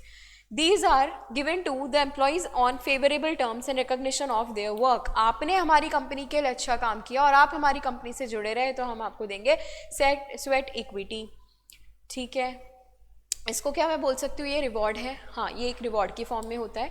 Companies act 2013 भी एम्पावर करता है कि you can issue sweat equity shares, but अगर आप एक लिस्टेड कंपनी हो तो आपको क्या करना पड़ेगा, रिकॉग्नाइज स्टॉक एक्सचेंज पे अगर आप लिस्टेड हो तो सेबी के रेगुलेशंस को फॉलो करना पड़ेगा, इसलिए अपन ये यहाँ पे पढ़ रहे हैं। क्या इस प्रोविजंस के सारी चीज़ें लिस्टेड कंपनी पर ही एप्लीकेबल है या अनलिस्टेड पर भी एप्लीकेबल हो जाएंगी? लिस्टेड पर होंगी। However unlisted company coming out with initial public offer and seeking listing of securities on the stock exchange pursuant to issue of sweat equities required to the SEBI conditions. ठीक है, अगर कोई ऐसी अनलिस्टेड पब्लिक कंपनी है जो कि listing के लिए अप्लाई कर चुकी है, सीधा सा मतलब आ चुकी है ना, या आईपीओ लेकर आ रही है। आईपीओ कौन ला सकती है? वो कंपनी जो लिस्टेड है या लिस्ट होना चाहती है। ठीक है, तो अगर कोई कंपनी ऐसी है जो अपना आईपीओ ऑलरेडी लॉन्च कर चुकी है तो उसको हम यहाँ पे पार्ट मानेंगे, and it can also issue the sweat equity share. Sweat equity shares के लिए कंपनी का एम्प्लॉय का मतलब any employee of the company जो इंडिया में काम कर रहा है या इंडिया के बाहर काम कर रहा है। Director of the company whether a whole time director और नॉट। क्या सिर्फ होल टाइम डायरेक्टर ही हो सकता है? नहीं, वो जो IITN मैंने बताया ना आपको, वो ये जो चार थे मेरे, IITN CA, CS and IIM Ahmedabad वाला MBA, अगर ये चारों बंदे कंपनी के होल टाइम डायरेक्टर्स नहीं है फिर भी इन्होंने कुछ ऐसा काम किया जो कंपनी को हेल्प कर गया, नॉर्मल डायरेक्टर्स थे, कभी कभी आया करते थे, बट इनकी की हुई रिसर्च से मुझे इतना फ़ायदा हुआ, तो क्या मैं ये बोल दूँ कि क्योंकि तुम होल टाइम डायरेक्टर नहीं हो या कंपनी के MD नहीं हो तुम्हें किस बात का फ़ायदा? No, I can't do this, मुझे उन्हें फ़ायदा देना ही पड़ेगा। A company whose equity shares are listed on stock exchange may issue sweat equity shares in accordance with section 54। अगर आप कंपनीज एक्ट को फॉलो कर रहे हो तो स्वेट इक्विटी के लिए आपको क्या करना पड़ेगा? You have to follow section number 54 of companies act 2013। किस किस को जाएंगे ये शेयर्स? एक तो आपके एम्प्लॉइज को और एक अपने डायरेक्टर्स को। मैम ये जो चार बंदे थे ये डायरेक्टर नहीं थे, एम्प्लॉय थे, क्या अभी भी इन्हें स्वेट इक्विटी मिलेगा? हाँ मिलेगा। Issue of sweat equity, a company whose equity shares are listed may issue the sweat equity to employees as per companies act section number 54। क्यों दिया जा रहा है? For making know how or available rights and intellectual property rights, या जो भी value addition दिया उसके तौर पे। Maximum quantum of equity shares, a company shall not issue sweat equity shares for more than 15% of the existing paid up equity share capital in a year. कितना ऊपर कितना पढ़ के आए थे अपन लिमिट अभी तक? सारा 10%। स्वेट इक्विटी का लिमिट है 15%। However the issuance of sweat equity share shall not exceed 25% of paid up share capital at any time. एक साल में कितना लिमिट? 15%। प्लीज़ कंफ्यूज मत होना, एक साल की limit 15%, overall limit 25%। For a company listed on the innovators growth platform shall be permitted to issue not more than 15% of the paid up share capital in the financial year, और वैसा कितना total? 50%। तुम्हें दो limits याद रखनी है, कौन कौन सी? 15 एंड 25। क्या स्वेट इक्विटी के लिए भी मुझे स्पेशल रेजोल्यूशन पास करना पड़ेगा? हाँ करना पड़ेगा। सेक्शन 102 किसकी बात करता है? Postal ballot. तो आपको जो स्पेशल रेजोल्यूशन है वो और किसी वे में नहीं होगा, पोस्टल बैलेट में होगा। The issue of sweat equity to employees or who belong to the promoter or promoter group shall be approved by way of a resolution passed by a simple majority of shareholders in the general meeting. Each issue of sweat equity shares shall be vested by a separate resolution. The resolution for issue of sweat equity shall be valid for a period of not more than कितना? 12 महीना। अभी तक इतना ही पढ़ के आए थे, 1 साल। मैम 1 साल 12 महीना, जहाँ 1 साल लिखा है ना वहाँ 1 साल लिख कर आना, जहाँ 12 महीना लिखा है वहाँ 12 महीना ही लिख कर आना। प्राइस कैसा रहेगा? सेबी बताएगा। क्वालिफाइड इंस्टीट्यूशनल बायर जो होते हैं वो स्पेशल टाइप ऑफ बायर्स होते हैं जिनको हम एक्स्ट्रा पैसा पे करते हैं। क्या कभी भी मेरा पैसा उनके पार में हो सकता है? नहीं। The valuation of know how or intellectual property rights or value addition shall be carried out by a merchant banker. The merchant banker may consult such experts and valuers. अगर उन्हें लगता है वो खुद प्राइस नहीं निकल पा रहे, they can take a what they can do, they can take a help of an expert जो इनकी आके help करेगा और सारा इनको प्राइस बता के जाएगा. The merchant banker shall obtain a certificate from independent chartered accountant certifying that the valuation of know-how or intellectual property rights is in accordance with the relevant accounting standards. Where the said equity shares are issued for a non-cash consideration, अगर आपको non-cash में मिला है, ठीक है, तो आपको क्या करना पड़ेगा अकाउंटिंग में. Where the non cash consideration takes the form of a depreciable or amortisable asset, it shall be carried to the balance sheet of the company in accordance with the relevant accounting standard. हो सकता है कि तुम्हें cash ना मिला हो, उसकी जगह कुछ और मिला हो. अगर आपको कुछ और में कोई एसेट मिलती है और वो एसेट डेप्रिशिएबल है तो you have to carry forward it in the balance sheet. और बैलेंस शीट में क्या WDV रखूँ या फिर उसकी फुल वैल्यू रखूँ? नहीं, WDV. जब आप डेप्रिसिएशन लगा देते हो, अमोर्टाइजेशन लगा देते हो, उसके बाद वाली वैल्यू आएगी यहाँ पे. Where the above clause is not applicable it shall be expensed off as provided in the relevant accounting standards. अगर मान लीजिए ऊपर वाला प्रोविजन नहीं लग रहा है, आपको कोई एसेट नहीं मिल रही है उसके बदले में, तो मैं क्या करूँगी? पूरा का पूरा पैसा कैसे डालूंगी? Share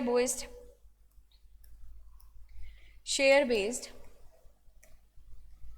employ benefit expenses debit. Writing काफ़ी ख़राब है मेरी. Benefit expenses debit to P&L, है ना? सही एंट्री की है ना? अरे बच्चों, एक्सपेंसेस को डेबिट करना होता है. To reserve, to share based employee benefit reserve. ये सारा का सारा पैसा कहाँ जाएगा? रिजर्व में. ये है तुम्हारा P&L का part. I have debited the P&L क्योंकि ये एक एक्सपेंसेस है, and I have credited the share based employee benefit reserve. यहाँ तक क्लियर है? This is your accounting for SBEP. In the general meeting, subsequent to the issue of sweat equity shares, the board of directors shall place before the shareholders a certificate from the secretarial auditor कि जो sweat equity shares issue हुए हैं वो regulations के हिसाब से हुए हैं और कंपनी ऑथराइज है करने के लिए. Ceiling on the managerial remuneration. The amount of sweat equity shares issued shall be treated as a part of managerial remuneration. क्या इनको मैनेजरियल रेम्यूनरेशन का पार्ट मानूंगी मैं? हाँ. For the purpose of section 196, 197 and the following condition should be fulfilled. The sweat equity shares are issued to any director and manager. The sweat equity shares are issued for non-cash consideration which does not take form of the asset which can be carried to the balance sheet of the company. Lock-in क्या रहेगा? The sweat equity share for shall be locked in for such period as specified in relation to a preferential issue. यानी कि जितना तुम्हारा lock in एक preferential issue of shares के case में रहता है, प्रेफरेंशियल इशू का उतना ही लॉक इन रहेगा स्वेट इक्विटी का. The provisions of the SEBI issue of capital and disclosure requirement in respect of public issue in terms of lock in and computation of the promoters contribution shall apply if a company makes public issue after it has issued the sweat equity shares. The sweat equity shares issued by a listed company shall be eligible for listing subject to their issuance being in accordance with conformance of these regulations. अगर आप listed company हो तो आपको listing वाले सारे regulations को comply करना पड़ेगा. आप अगर स्वेट इक्विटी शेयर्स ले रहे हो और कल कंपनी का टर्नओवर होता है कल कंपनी का होता है टेक ओवर क्रॉस, यानी कि टेक ओवर हो रहा है, तो क्या वो जो अपन एक ऑफर दिया करते थे ना 25 से ऊपर वाले 26% लोगों को, क्या वो स्वेट इक्विटी शेयर होल्डर्स को भी देना पड़ेगा? हाँ. इसके अलावा क्या जनरल ऑब्लिगेशंस है? कंपनी को एक्सप्लेनेटरी स्टेटमेंट में बताना पड़ेगा कि वो स्वेट इक्विटी इशू कर रही है. सेक्रेटरियल ऑडिटर का सर्टिफिकेट लेना पड़ेगा. 7 दिन after it issues the sweat equity उसको स्टॉक एक्सचेंज को डिस्क्लोजर देना पड़ेगा. ये सारा लिस्टेड कंपनी के लिए है, डोंट गेट कन्फ्यूज्ड. क्या disclosure? Number of sweat equity, price कितना था, टोटल अमाउंट कितना मिला, डिटेल्स ऑफ द पर्सन जिनको इशू किया और क्या चेंजेस आए हैं कैपिटल स्ट्रक्चर में. Clear? So this is your wind up of chapter of sweat equity regulations and share based employee benefits. अगर इस चैप्टर से एक प्रैक्टिकल क्वेश्चन आ जाता है तो क्या वो डेबिट क्रेडिट वाला गेम अपन खेल सकते हैं क्या? हाँ, इजी है, खेल सकते हैं. ठीक है. थोड़ी सी चीज़ें जो तुम लोगों को समझ नहीं आई होंगी डेफिनेशन पार्ट में मैंने छोड़ी थी. 1 सेकेंड. हाँ, 1 सेकेंड. आई टेल यू किसकी बात कर रही हूँ मैं. या here it is, here we go. सबसे पहले ESPS या एम्प्लॉई, मैम अगर मुझे ES stock option purchase scheme या फिर स्टॉक परचेज ये वाला स्कीम, ऑप्शन स्कीम, दोनों में क्या डिफरेंस है? दोनों सेम ही है. ऑप्शन कब होता है? जब मैं ऑप्शन दे रही हूँ कि सामने वाला ले तो ले ले, ना ले तो ना ले. परचेज में भी कोई कंपल्शन नहीं है, बट अ सॉर्ट ऑफ थोड़ा सा मिलिट्री पार्ट यहाँ आ जाता है कि हाँ सामने वाला एक्सरसाइज कर लेगा। रिटायरमेंट बेनिफिट आपके रिटायरमेंट के बाद वाले, स्वेट इक्विटी हो गया, अप्रिसिएशन मतलब बढ़ना। प्लीज़ याद रखना जिस दिन आपका सार एक्सरसाइज हो रहा है और जिस दिन आप सार को एक्सरसाइज इशू करवा रहे हो, मतलब दोनों के बीच में जो बेनिफिट हुआ उसको मैं एप्रिसिएशन ही बोलूँगी। अगर मेरा शेयर हो गया डेप्रिशिएट, क्या अभी भी आपको फ़ायदा पहुँचाया जाएगा? अरे काय का फ़ायदा, कंपनी लॉस में चली गई। तो शेयर एप्रिसिएशन राइट कब आएगा? हमेशा जब हमें हो रहा है profit. Profit element is the first and foremost condition for the issue of sweat equity shares. Grant date, जिस दिन आपकी कमेटी बोल देती है हाँ। ऑप्शन मतलब ये डेरिवेटिव वाला ऑप्शन है क्या? नहीं, ये ऑप्शन क्या है, हमने अपने एम्प्लॉयज़ को ऑप्शन दिया। रिलेवेंट डेट, जिस दिन से यह आएगा देन सार ग्रांटी कौन होता है? अपना एम्प्लॉय जो एक्सरसाइज करेगा। सार प्राइस, जिस प्राइस पे आपने इश्यू किया। ट्रस्ट का मतलब जो ट्रस्ट आपके इंडियन ट्रस्ट एक्ट में इस्टेब्लिश है वही ट्रस्ट यहाँ पे आता है। सीधा मतलब है कि जो ट्रस्ट आपका बाकी जगह ट्रस्ट की डेफिनेशन में फॉलो इन कर रहा है ना, वही ट्रस्ट की डेफिनेशन यहाँ पे भी रहेगी, कोई एक्स्ट्रा चेंज नहीं होगा। आई गेस क्लियर है एवरीवन? Thank you.